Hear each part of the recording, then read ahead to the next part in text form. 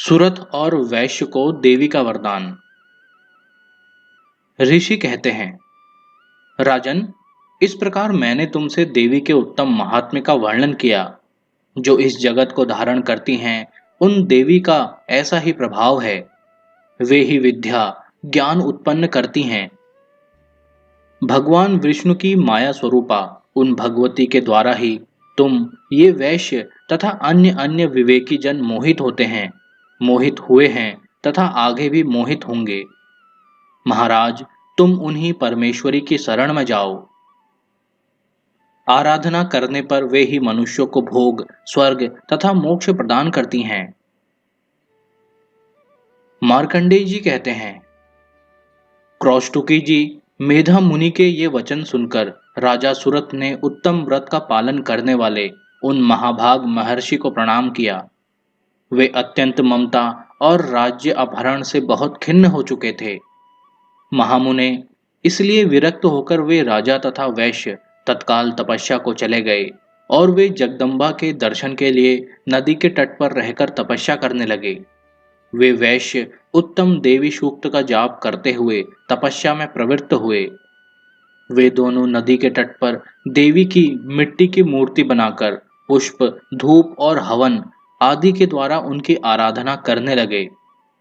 उन्होंने पहले तो आहार को धीरे धीरे कम किया, फिर बिल्कुल निराहार रहकर देवी में ही मन लगाए एकाग्रता पूर्वक उनका चिंतन आरंभ किया।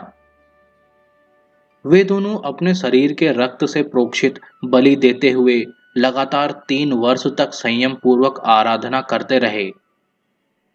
इस पर प्रसन्न होकर जगत को धारण करने वाली चंडिका देवी ने प्रत्यक्ष दर्शन देकर कहा। देवी बोली, राजन तथा अपने कुल को आनंदित करने वाले वैश्य, तुम लोग जिस वस्तु की अभिलाषा रखते हो वह मुझसे मांगो, मैं संतुष्ट हूं, अतः तुम्हें वह सब कुछ दूंगी। मार्कंडेय जी कहते हैं, तब राजा ने दूसरे जन्म में नष्ट न होने वाला राज्य मांगा तथा इस जन्म में भी शत्रुओं की सेना को बलपूर्वक नष्ट करके पुनः अपना राज्य प्राप्त कर लेने वाला वरदान मांगा। वैश्य का चित्त संसार की ओर से खिन्न एवं विरक्त हो चुका था और वे बड़े बुद्धिमान थे, अतः उस समय उन्होंने तो ममता और अहंता रूप आसक्ति का नाश करने वाला ज्ञान मांगा।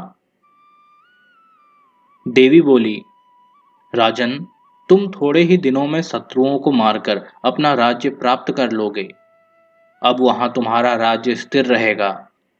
फिर मृत्यु के पश्चात तुम भगवान विवस्वान सूर्य के अंश से जन्म लेकर इस पृथ्वी पर सावर्णिक मनु के नाम से विख्यात होोगे।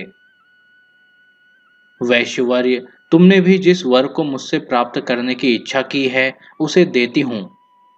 तुम्हें मोक्ष के लिए ज्ञान प्राप्त होगा। मार्कंडेय जी कहते हैं, इस प्रकार उन दोनों को मनोवांछित वरदान देकर तथा उनके द्वारा भक्ति पूर्वक अपनी स्तुति सुनकर देवी अंबिका तत्काल अंतर्ध्यान हो गई।